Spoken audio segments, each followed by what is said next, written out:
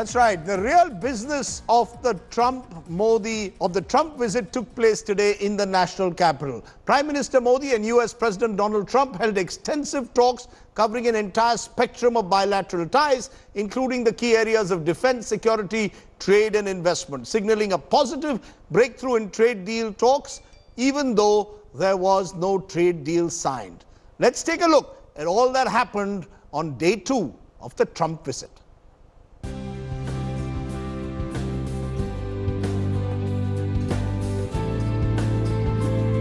After the bonhomie at the Motera and the date with the Taj Mahal, it was time to get down to business.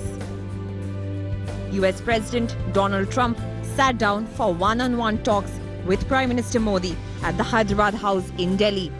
The focus of the talks remained mainly on terror, trade deal and big-ticket defense pacts.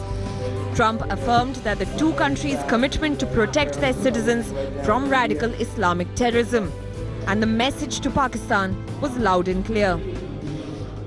In our discussions, Prime Minister Modi and I affirmed our two countries' commitment to protecting our citizens from radical Islamic terrorism. In this effort, the United States is also working productively with Pakistan to confront terrorists who operate on its soil. आज homeland security पर हुए निर्णय से इस सहयोग को और बल मिलेगा। आतंक के समर्थकों को जिम्मेदार ठहराने के लिए आज हमने अपने प्रयासों को और बढ़ाने का निश्चय किया है। The two nations inked a $3 billion defense deal. Earlier today, we expanded our defense cooperation with agreements for India to purchase more than $3 billion of advanced American military equipment, including Apache and MH-60 Romeo helicopters, the finest in the world. US President asserted that Indo-US ties have never been stronger. Both expressed hope that the much-awaited trade deal would be reached soon. हम एक बड़ी trade deal के लिए negotiation शुरू करने पर भी सहमत हुए हैं। हमें आशा है कि आपसी हित में इसके अच्छे परिणाम निकलेंगे। That is fair and reciprocal.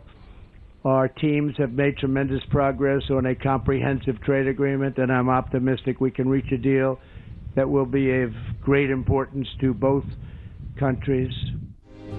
Trump and Modi, however, did not speak on the Citizenship Amendment Act. The Indian side briefed Trump on its development push in Jammu and Kashmir after Article 370 purge. With China trying to expand its strategic sphere through the Belt and Road Initiative, India and US have now proposed to activate the Blue Dot Network and also revitalize the Quadrilateral, a cooperation among Japan, Australia, United States of America and India. With video journalist Ashok Bhanot in New Delhi, Geeta Mohan for India Today.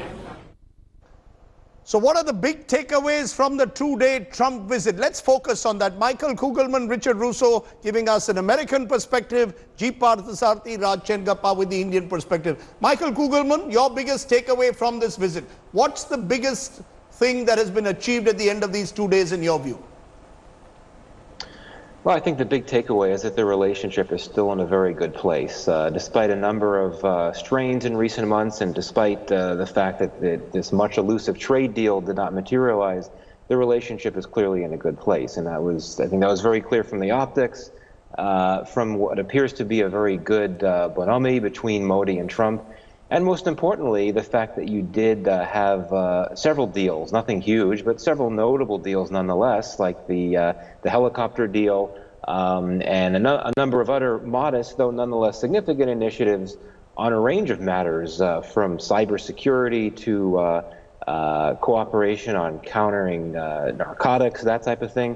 And for me, that really amplifies that this is a relationship that truly is deep and expansive. The fact that Trump would come to India with such a large delegation representing, folks focused on energy and on national security and all that, and then to have a joint statement read out by the two leaders that highlighted the fact that there is a strong desire and a willingness to cooperate on a lot of different areas, not just trade, and not just defense, but a lot beyond that. So for me, that's the big deliverable itself, the fact that Trump came and that you came out with this agreement that highlights the fact that the two are going to continue to work together. I think sometimes that our expectations are set a bit too high with this relationship, and I think ever since the civil nuclear deal came out some years ago, there's this expectation that whenever you have a meeting of a U.S. president and an Indian prime minister, that there's going to be some type of huge deliverable. Frequently, it doesn't work out that way, but it doesn't need to work out that way, as we saw with the series of deals that we had in this case.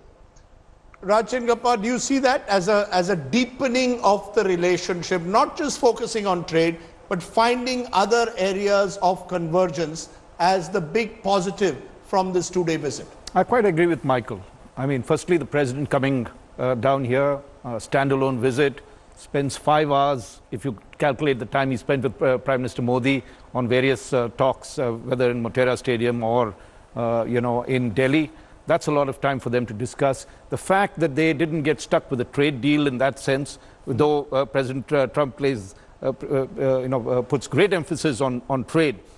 On this particular case for India, it was a good thing that there was a huge amount of convergences on others. The relationship is far stronger than just resting on the ability of a transactional trade deal. And that came through very, very clearly.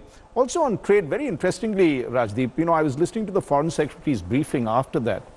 It is not as bad as things look as they seem to have made out to be, because when President Trump talked of a big trade deal, the Foreign Secretary also clarified that they had reached an agreement on some of the contentious issues when they discussed it in the last couple of weeks, what they called a mini package or a mini trade deal. And he said, when he was asked specifically about the progress of the big deal, he said, first we're going to work out in the next couple of weeks the legal terminology to strike this package deal, and then we'll focus on a larger trade deal, by which he also defined it as something like a free trade agreement that was there. So I think you're seeing also on this, and that's why I think President Trump doesn't go back disappointed on what is his pet project, though he came out quite strongly on trade and said he objects to India's high tariffs. So you're seeing a lot of, let's say, plus on energy, which he's satisfied with, and increasingly USA is going to become a major energy partner with us. That de-risks the Gulf for us in that sense. We are heavily dependent on Gulf oil imports. We've got a new source that's there.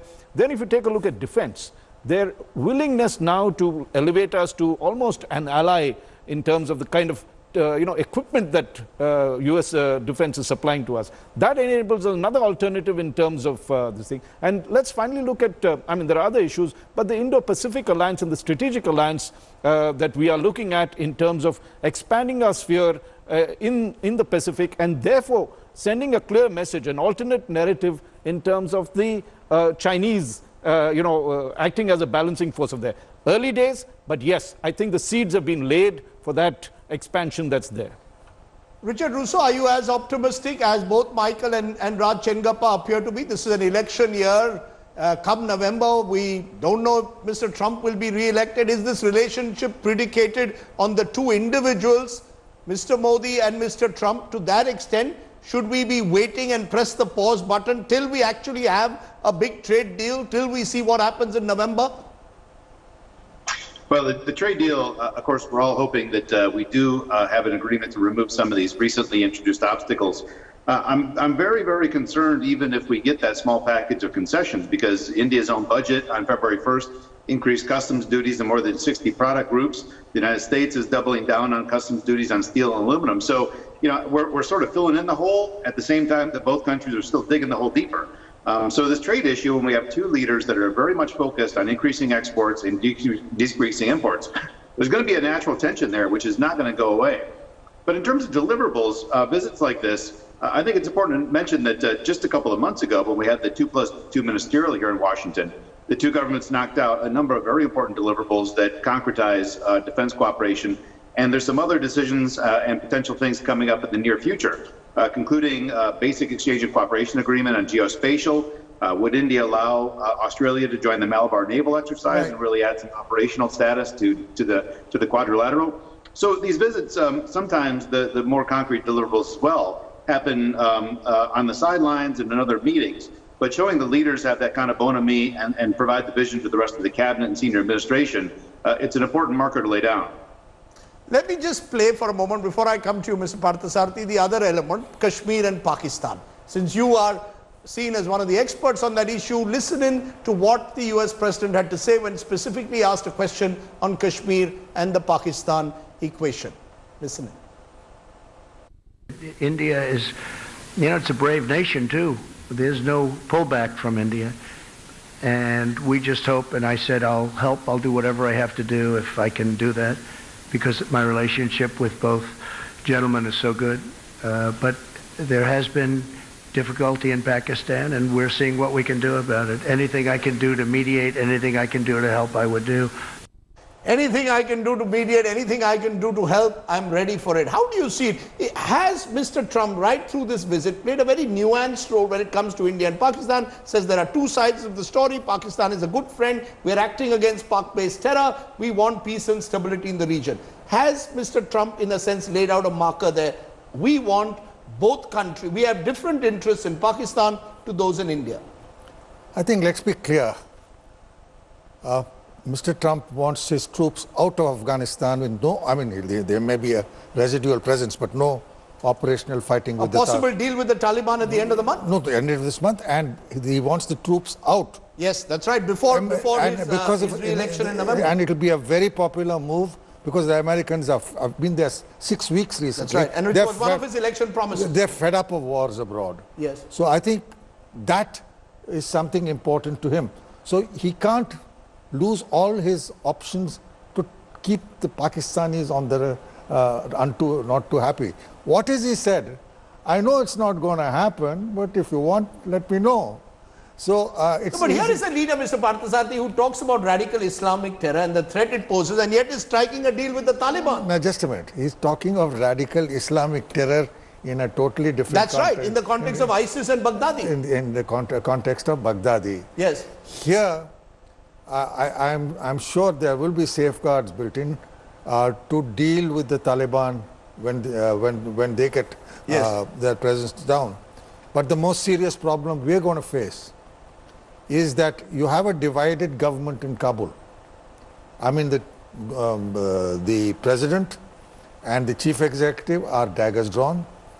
The chief executive, Abdullah, has all the non-Pashtun Northern Alliance sort of with him, but not quite with him. It's vague. And the Taliban is getting stronger.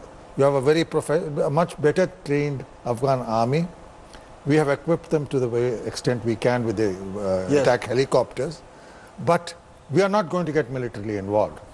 The question is, will the United States leave a residual presence of some form, air power, whatever, to act as a deterrent against the Taliban running haywire with Pakistan backing? Don't forget the Haqqani alliance, which is the most powerful part of the Taliban, based in Pakistan, operates out of Pakistan and across the Durand line. So we're into a complicated situation, and the worst thing with the Taliban, if it comes in, last time they were in, they provided bases to Pakistani terrorist groups like the Harkatul Mujahideen operating against India. So we'll have to do our diplomacy well, keep in touch with this process. Can we trust Mr. Trump on the Pakistan question? On the Pakistan question, he is not going to go beyond saying what he has said. Okay. He is not going to push for it because the stakes in India are too high. Chinese presence and Chinese-Pakistan naval drills just off our western coast out of your home state a couple of weeks ago. All this is building up on the west close to the oil-rich areas. India has worked very well with eastern neighbors like Indonesia and Myanmar. We are the balancing force, whether the Americans like it or not. We're not getting into a power game, but we are the balancing force in the Indo-Pacific and important for the Quad. They will deal with us. Okay, let's leave it there. We've discussed the positives of the Trump visit. We've also looked at the unfortunate images that have come in from Delhi. I thank all my guests for joining me. I want to leave tonight with those conflicting images. On one side, the pomp, the ceremony, the grandeur of the Indian state. On the other side, the darker side of a nation divided from within, where communal violence continues to plague us even in the 21st century. The Delhi police and the Home Ministry under scanner, and though lumpen elements take over the streets. We can only call for peace and calm and hope that wiser sense will prevail. President Trump leaves in a short while from now. We will have to deal with our own problems from within. And some tough decisions and some greater sensitivity will have to be shown. Thanks for watching. Here's a prayer for peace. Remember, it's the innocent who always suffers when communities clash. Bye for now. Thanks for watching. Hello everyone, this is Rahul Kamal here. Hope you enjoyed this video. For the latest news and analysis, like and subscribe the India Today YouTube channel, and don't forget to press the bell icon to stay updated.